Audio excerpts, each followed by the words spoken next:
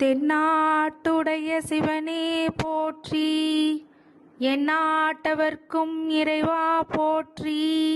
நீஸ்வராய நமக. குலதெய்வமான ஸ்ரீ பொன்னம்பல சுவாமி, ஸ்ரீ பொன்முத்து கருப்பண சுவாமி, அங்காள பரமேஸ்வரி பாப்பாத்தி அம்மன் துணையுடன் இந்த நாள் இனிய நாளாக அமைய அனைவரின் அவரவர் குலதெய்வம் காத்து அருள் பாலித்து பிரம்மாண்ட வெற்றியை கொடுக்க வணங்குகின்றேன். இன்று பிறந்த நாள் மற்றும் திருமண நாள் காணும் அனைத்து சொந்தங்களுக்கும் என்னுடைய நல்வாழ்த்துக்கள். வக்ர நிவர்த்தி, இதை தான் சில பேர் பார்த்து கொண்டிருக்கிறோம் அப்படின்னு சொல்லலாம். ஏன்னு கேட்டீங்க அப்படின்னா, இவ்வளோ நாள் சனினால பாதிப்பு யார் யாருக்கெல்லாம் இருந்துச்சோ இதெல்லாம் எப்படி நிவர்த்தி பெறும் அப்படிங்கிறத பற்றின முழு பதிவை பற்றி இந்த மேஷராசிக்காரங்களுக்கும் அது முழுக்க நட்சத்திர வாரியாக தசாபுத்தி பலன்களுடன் உங்களுக்கு சமர்ப்பிக்கின்றேன். இது உங்களுடைய உற்றார் உறவினர்கள் நண்பர்கள் அனைவருக்கும் பகிர்ந்து பயன் தருமாறு கேட்டுக்கொள்கின்றேன். இதுவரைக்கும் சேனலை சப்ஸ்கிரைப் பண்ணாமல் இருந்தீங்க அப்படின்னா சேனலை சப்ஸ்கிரைப் பண்ணிக்கோங்க. நிறைய வீடியோஸ் உங்களுக்காக காத்துட்ருக்கு. தொடர்ந்து அந்த வீடியோஸ் உங்களுக்கு கண்டிப்பாக கிடைக்கும் அப்படின்னு சொல்லி இந்த காணொலியை ஆரம்பிக்கிறேன். சனி வக்ரம் பலன்கள் அப்படின்னு என்ன விஷயம் அப்படின்னு கேட்டிங்க அப்படின்னா, சாட்டன் ரெட்ரோகிரேட் அப்படின்னு சொல்லிட்டு இங்கிலீஷில் சொல்லலாம். சனி பெயர்ச்சினால யார் யாருக்கெல்லாம் கஷ்டங்களை கொடுத்துருக்கிறாரு அப்படிங்கிறது உங்களுக்கு தெரியும். அதே மாதிரி கும்பராசியில் பயணம் செய்து கொண்டிருக்கிற சனி பகவான் ஜூலை முதல் வக்ரகதியில் பயணம் செய்ய போகிறார். அதாவது ரெட்ரோகிரேட் ஆக போகிறார். சனி வக்ரம் அடைந்ததுனால சனி பயிற்சியால் யார் யாருக்கெல்லாம் பாதிப்பு இருந்ததோ அவர்களுக்கு சில நன்மைகளும், யாருக்கு சாதகமாக இருந்துச்சோ அவங்களுக்கு சில பாதிப்புகளும் உண்டாக வாய்ப்புகளை அதிகமாக கொடுக்கிறார். ஜூலை முதல் நவம்பர் வரை யாருடைய வாழ்க்கையில் அதிரடி மாற்றமும் இல்லை தென்றல் போல ஒரு வாழ்க்கையும் இருக்கும் அப்படிங்கிறத பற்றி முழுமையாக இந்த காணொலியில் பார்க்க போகிறோம். 2.5 வருஷ காலம் ஒரு ராசியில் தங்கும் சனி ஆண்டுக்கு ஒரு முறை வக்ரம் அடைகிறாரு. சனிக்கு 5ஆம் வீட்டில் சூரியன் சஞ்சரிக்கிற போது வக்ரம் பெற்று 9ஆம் வீட்டிற்கு சூரியன் வரும்போது வக்ர நிவர்த்தி அடைகிறார். அப்படி பார்த்தா ஜூன் 29ஆம் தேதி, அதாவது ஆனி மாதம் 15ஆம் தேதி சனி பகவான் வக்ர காலம் ஆரம்பமாகிறது. ஐப்பசி மாதம் 29ஆம் தேதி, அதாவது நவம்பர் 15ஆம் தேதி வக்ர காலம் முடிவுக்கு வரும். சனி பெயர்ச்சியால் பாதிப்பு ஏற்பட்ட ராசினருக்கு வக்ர காலத்தில் தொழிலிருந்து வந்த பாதிப்புகள் குறையும், பண கஷ்டம் தீரும், கடுமையான நெருக்கடியிலிருந்து வந்தவங்களுக்குலாம் நிம்மதி கிடைக்கும் அப்படின்னு சொல்லலாம். யாரை நம்புறதோ அவங்களெல்லாம் நம்பி ஏமாந்துட்டோமே அப்படின்ற மன உளைச்சலுடன் மன இறுக்கத்துடன் வாழ்ந்து கொண்டிருந்த மேஷராசிக்காரங்களுக்கு இப்போ சனி வக்ரம் அடைகிறதுனால எப்படிப்பட்ட பலன்கள் இனிமேல் நடக்கும் அப்படின்னா, லாப சனியில் உங்களுக்கு ஏராளமான நன்மையை கொடுக்கக்கூடிய காலமும் இப்போது நடந்து கொண்டிருக்கக்கூடிய காலம்.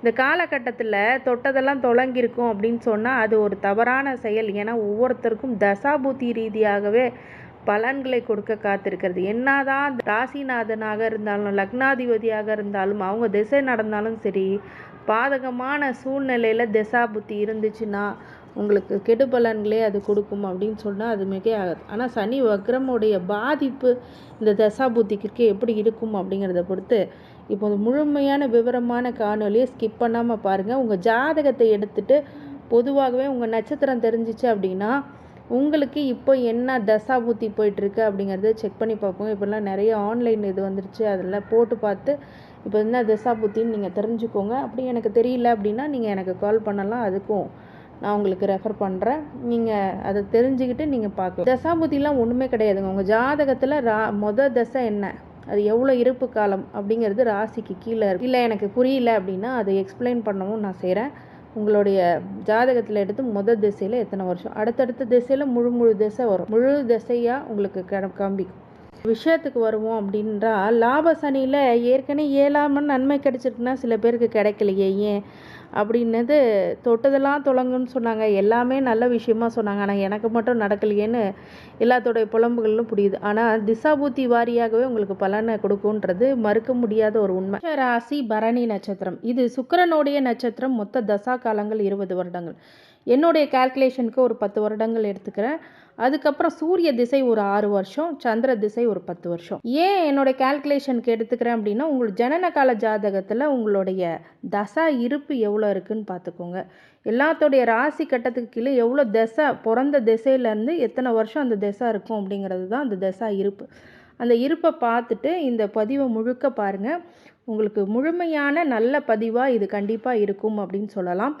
இந்த 26 வயசு வரைக்கும் இந்த பரணி நட்சத்திரக்காரர்களுக்கு என்ன மாதிரி பலன்களை கொடுக்கும்? காலகட்டத்தில் நல்ல படிக்கக்கூடிய மாணவர்களுக்கு மிகப்பெரிய வெற்றி காத்து கொண்டிருக்கிறது அப்படின்னு சொல்லலாம். சில பேருக்கு ஏங்க படிப்பே வரல அப்படின்னா, சுக்கிர சூரிய சந்திர திசையில் அந்த கிரகங்கள் உங்கள் ஜனனகால ஜாதகத்தில் பாதிப்படைந்தால் மட்டுமே உங்களுக்கு பாதிப்பை கொடுக்குமே தவிர, பொதுவாகவே இந்த சுக்கிர சூரிய சந்திர திசை கண்டிப்பாக பரணி நட்சத்திரத்துக்காரங்களுக்கு படிப்பு நல்லா படிக்கக்கூடிய மாணவர்களாக உருவெடுப்பார்கள். ஸோ கொஞ்சம் கொஞ்சம் அந்த சோம்பலை மட்டும் கையை விட்டுறணும், அது மட்டும் இல்லாமல் பார்த்துக்கணும். அதே மாதிரி இந்த காலகட்டத்தில் உத்தியோகத்தில் இருக்கிறவங்க ரொம்ப ரொம்ப கவனமாக இருக்கணும். உங்களுடைய ரகசிய விஷயத்தையோ இல்லை உங்கள் திறமையின் அடிப்படையில் உள்ள விஷயங்கள்லையோ நீங்கள் வெளிப்படுத்தாமல் இருக்கணும். உங்கள் பர்ஃபார்மன்ஸை மட்டும்தான் பேசணும், மற்றவங்க தான் பேசணுமே தவிர நீங்கள் பேசிகிட்டு இருக்கக்கூடாது. கொலீக்ஸு உங்களோட கூட வேலை செய்கிறவங்கக்கிட்ட ரொம்ப கவனமாக இருக்கணும். மேல் அதிகாரிகிட்ட இணக்கமாக இருக்கணும். அதே சமயத்தில் அவங்கக்கிட்ட அடிபணிந்து கொஞ்சம் உங்களுடைய விஷயத்தை பணிந்து பேசக்கூடிய விஷயங்களாக சிலது நீங்கள் நடத்திக்கணும். எடுத்த உடனே கோவப்படக்கூடாது, சண்டை பண்ணக்கூடாது. இந்த மாதிரி விஷயங்கள்லாம் நீங்கள் பார்த்து கவனமாக இருக்கக்கூடிய காலகட்டம். பொறுமை அவசியம், கவனம் அப்படிங்கிறது தான் உண்மை. ஏன்னா இந்த காலகட்டத்தில் உங்களுக்கு 10ஆம் இடத்து சனி மாதிரி தான் வேலை செய்வார். வக்கரம் அடைஞ்சிருக்கார் 11ஆம் இடத்துலங்கும் போது தொழில் ஜீவனகாரகத்திலையும் உத்தியோகத்திலையும் ரொம்ப கவனமாக இருக்கணும். தொழிலில் என்ன கவனமாக இருக்கணும், உங்களுடைய ப்ரைஸ் வேல்யூ இது எல்லாமே கரெக்டாக பண்ணக்கூடிய இடத்துல எந்த ரூபத்தில் வேணாலும் தொழில் முறையில் பிரச்சனைகள் வர்றதுனால அதை கொஞ்சம் அனலைஸ் பண்ணி கரெக்டாக வச்சுக்கோங்க. இந்த காலகட்டத்தில் நிதானமும் பொறுமையும் எச்சரிக்கையும் அவசியமாக இருக்கக்கூடிய 2 விஷயம் என்னென்னா உத்தியோகமும் தொழில் மட்டும்தான். அதே மாதிரி பெண்களுக்கு மிகப்பெரிய வளர்ச்சி ஏற்படுமா அப்படின்னு கேட்டிங்கன்னா, வளர்ச்சி ஏற்படுதோ இல்லையோ வீட்டில் குதூகலம் கண்டிப்பாக இருக்கும். பொருளாதார நெருக்கடி கொஞ்சம் கம்மியாக இருக்கும். அது மட்டும் உங்களுக்கு நிறைவாக கண்டிப்பாக இருக்கும். சுக்கிரன் உங்களுக்கு 2க்கும் 7க்கும் உண்டான அதிபதி அப்படிங்கிறதுனால உங்களுக்கு நன்மையை செய்வார். அதே மாதிரி உங்களுடைய சூரியன் அப்படின்னு சொல்லும் போது அவர் 5 கூடையவர்.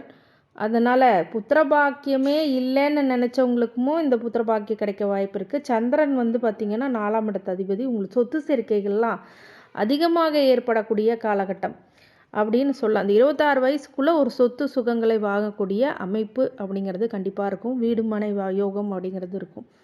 கொஞ்சம் உங்களை நீங்கள் தயார் பண்ணிக்கக்கூடிய காலகட்டம். இப்போல்லாம் ஏங்க அந்த லாப சனி வேலையே செய்ய மாட்டேங்கிறாங்க, சில பேர் புலம்பலில் இருக்காங்க.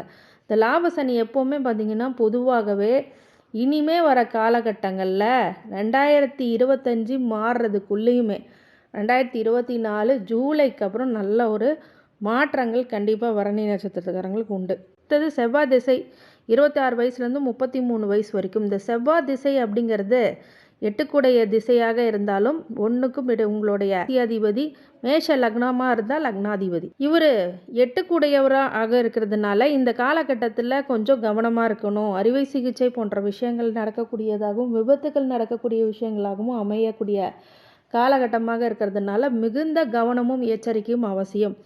அதே மாதிரி வண்டி வாகனத்தில் ரொம்ப கவனமாக இருக்கணும். ஒரு நல்ல விஷயம் செவ்வாய் திசையில் என்ன அப்படின்னு கேட்டிங்கன்னா, வீடு மனை அப்படிங்கிறது கண்டிப்பாக வாங்குவீங்க.